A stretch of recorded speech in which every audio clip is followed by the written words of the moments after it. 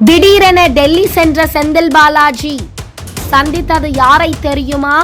அண்ணாமலையின் ஆட்டம்தானா இதுவும்? அமைச்சர் செந்தில் பாலாஜி நேற்று அவசரமாக டெல்லி சென்றார். இன்று விடியற்காலையில் சென்னை திரும்பியுள்ளார். அவரின் இந்த திடீர் டெல்லி பயணம் பல விவாதங்களை ஏற்படுத்தியுள்ளது. நேற்று சட்டசபை முடிந்ததும் டெல்லிக்கு புறப்பட்டு சென்றார் செந்தில் பாலாஜி. டெல்லியில் நள்ளிரவு வரை ஆலோசனை நடந்துள்ளது. செந்தில் பாலாஜி தூங்கவே இல்லையாம். ஆலோசனை முடிந்த நிலையில் உடனே விமானத்தில் புறப்பட்டு இன்று விடியற்காலை 5:20 சென்னை திரும்பினார். டாஸ்மாக் தொடர்பான அமலாக்கத்துறையின் குற்றச்சாட்டினை செந்தில் பாலாஜி மறுத்திருந்தாலும் அதனை திமுக அரசும் செந்தில் பாலாஜியும் அலட்சியமாக எடுத்துக்கொள்ள விரும்பவில்லை. முக்கியமாக பாஜக தலைவர் அண்ணாமலை, அமைச்சர் முருகன் ஆகியோர் இதை தீவிரமாக கையில் எடுத்துள்ளனர். அமைச்சர் எல் முருகன் இதை பற்றி வெளியிட்டுள்ள அறிக்கையில், தமிழகத்தில் திமுக ஆட்சியில் டாஸ்மாக் துறையில் நடைபெற்றுள்ள பல ஆயிரம் கோடி ரூபாய் ஊழல் என்பது நாடு முழுவதும் பெரும் அதிர்வலைகளை ஏற்படுத்தியுள்ளது.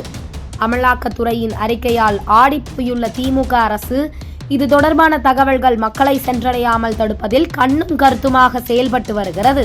இந்த ஊழலை தமிழக மக்களிடத்தில் எடுத்துச் சென்று உண்மையை அமல்படுத்தி வருகிறது தமிழக பாரதிய ஜனதா கட்சி. வரலாறு காணாத ஊழல் செய்து பணம் குவித்து அதன் மூலம் அரசியல் செய்யும் வித்தக்காரர்களான திமுகவினரை ஆட்சி கட்டிலில் இருந்து மக்கள் தூக்கி எறியும் நாள் வெகு தூரத்தில் இல்லை என்று உள்ளார். அண்ணாமலை கைது. தமிழ்நாட்டில் டாஸ்மாக் ஊழல் செய்யப்பட்டதாக நேற்று முதல் நாள் பாஜக போராட திட்டமிட்டு இருந்தது. இதையடுத்து அண்ணாமலை உட்பட பல பாஜக நிர்வாகிகள் கைது செய்யப்பட்டனர். இப்படிப்பட்ட நிலைதான் அமைச்சர் செந்தில் பாலாஜி நேற்று அவசரமாக டெல்லி சென்றார். இன்று விடியற்காலையில் சென்னை திரும்பியுள்ளார். அவரது டெல்லி வருகையை மத்திய உளவுத்துறை உன்னிப்பாக கவனித்துள்ளது.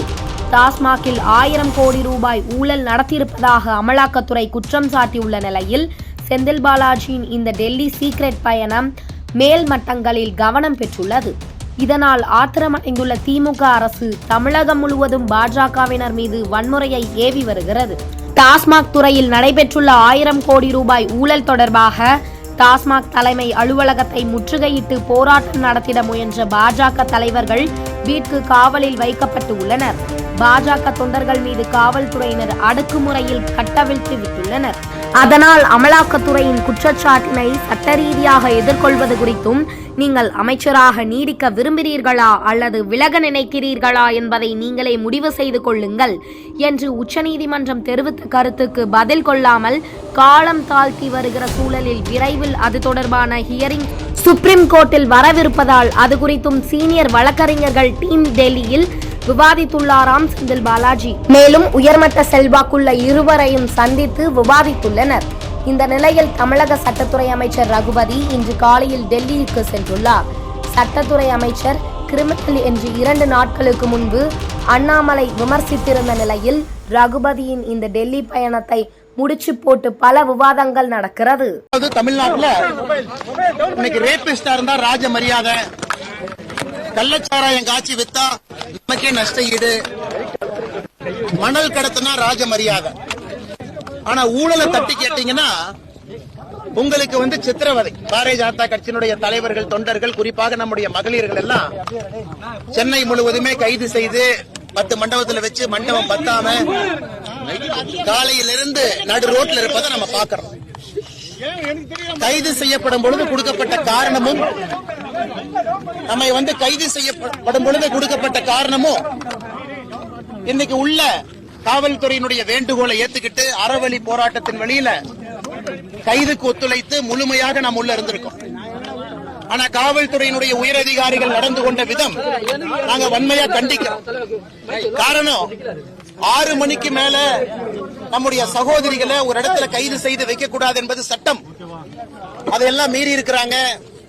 6:50 7 மணி வரைக்கும் 5:45 இருந்து சொல்லி பார்த்தோம்.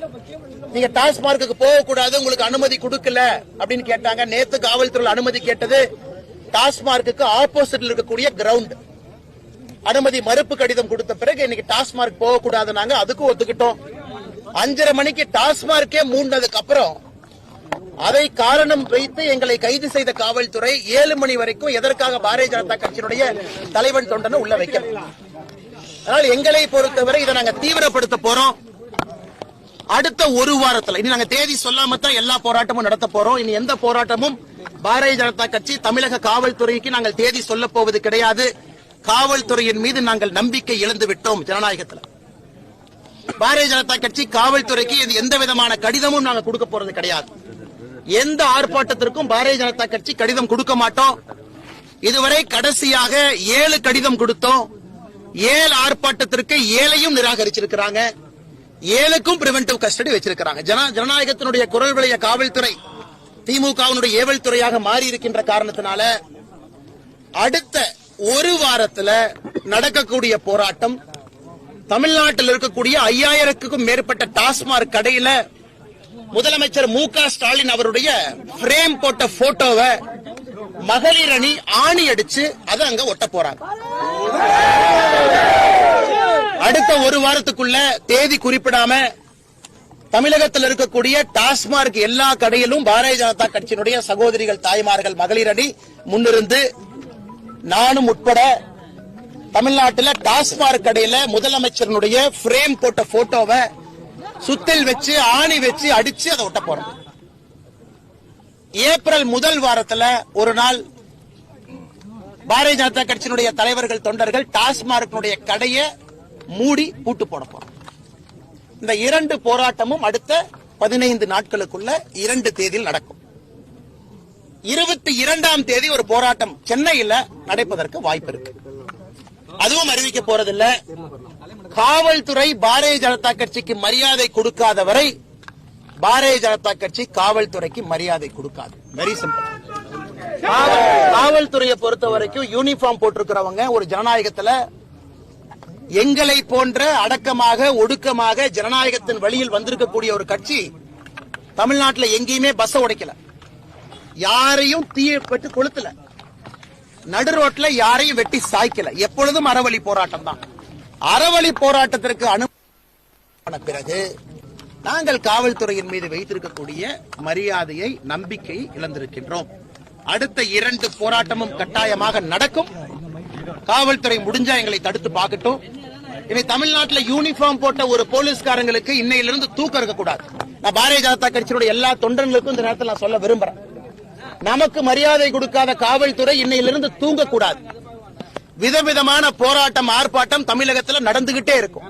மே 2026 வரை ஒரு மரியாதை எப்படி கொடுக்கணும்னு அது தெரியாத அதிகாரிகள் கமிஷனரா, டிஜிபியா உட்கார்ந்து இருக்கிறாங்க. அந்த சேரல திமுகவை காக்கா பிடிச்சு கோந்து போட்டு உட்கார்ந்து இருக்கிறாங்க. அதனால் தமிழ்நாட்டில் இருக்கக்கூடிய எல்லா காவல்துறை நண்பர்களுக்கும், சகோதர சகோதரிகளுக்கும் ஒரு பெரிய களங்கத்தை காவல்துறை உயர் அதிகாரிகள் ஏற்படுத்தி இருக்கிறார். இத்தனை காலமாக பொறுமையாக எப்பொழுதும் காவல்துறைக்கு ஆதரவாக பேசிய அரசியல்வாதி நான். ஆனா என்னுடைய தொண்டர்களையும் என்னுடைய சகோதரிகளையும் இழிவுபடுத்திய பிறகு இன்றைக்கு ராத்திரியிலிருந்து காவல்துறையை நான் தூங்க விட மாட்டேங்க. Very clear, very clear. என்ன நடந்தாலும்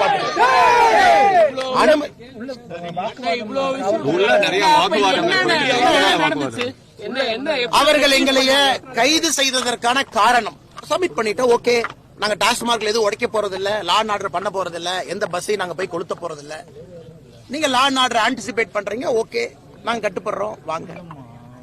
டாஸ்மார்க்குக்காகத்தான் இந்த பிரிவென்டிவ் அரெஸ்டே நடந்திருக்கு. நாங்க போய் தமிழ்நாட்டில் வேற எந்த விதமான சம்பவம் பாரதிய ஜனதா கட்சி பண்ண போறது இல்ல. 5:30 மணிக்கு டாஸ்மாக் கடையை மூடிய பிறகு லிட்டரலா சண்டை போட்டு தான் வெளியே வந்திருக்கும். இரவு 11 மணி வரை 12 மணி வரை உட்கார வைக்கணும். இது என்னது? இது என்னது? இது நியாயமா? ஜனநாயகத்துல நாங்களே எங்க வீட்டுக்கு போராடிட்டு இருக்கிறோமா, இல்ல நாட்டுக்கு போராடிட்டு இருக்கோமா, சமுதாயத்துக்கு போராடிட்டு இருக்கிறோமா? நாங்கள் செல்பிஷ் பீப்புளா? நாங்க இந்த சமுதாயம் திருந்த வேண்டும் என்பதற்காகத்தான் இந்த போராட்டம் நடந்துட்டு இருக்கு. அதற்கு மரியாதை கொடுக்க தெரியல ஒரு பாரதிய ஜனதா கட்சியினுடைய தலைவனை, தொண்டவனை மண்டபத்தில் அடைத்து வைக்காம நான் சென்னை ஃபுல்லா சுத்துவேன், ரோட்ல இறக்கி விடுவேன். இருக்கக்கூடிய மண்டபத்தில் டாய்லெட் சில மண்டபத்தில் இருக்காது. பெண்களுக்கு 6 மணிக்கு மேல என்ன மரியாதை பெண்களுக்கு சட்டத்தின்படி கொடுக்கணுமோ கொடுக்க தெரியாது. ஆனா நான் எங்க மேலதிகாரிகள் சொல்லிட்டாங்க, டிஜி சொல்லிட்டாங்க, கமிஷனர் சொல்லிட்டாங்க, நாங்க உங்களை நைட்டு வரைக்கும் வச்சிருப்போம்னா எப்படி அந்த இதை நாங்க எடுத்துக்க முடியுங்கண்ணா? இது ஜனநாயக முறைப்படிதான் இருக்கும். அதனால நான் காலையிலேயே உங்களுக்கு சொன்னேன், எல்லா ஆர்ப்பாட்டமும் நீ தேதி இல்லாம தான் நடக்குங்க. நீ தேதி எல்லாம் உங்களுக்கு சொல்ல போறது கிடையாது.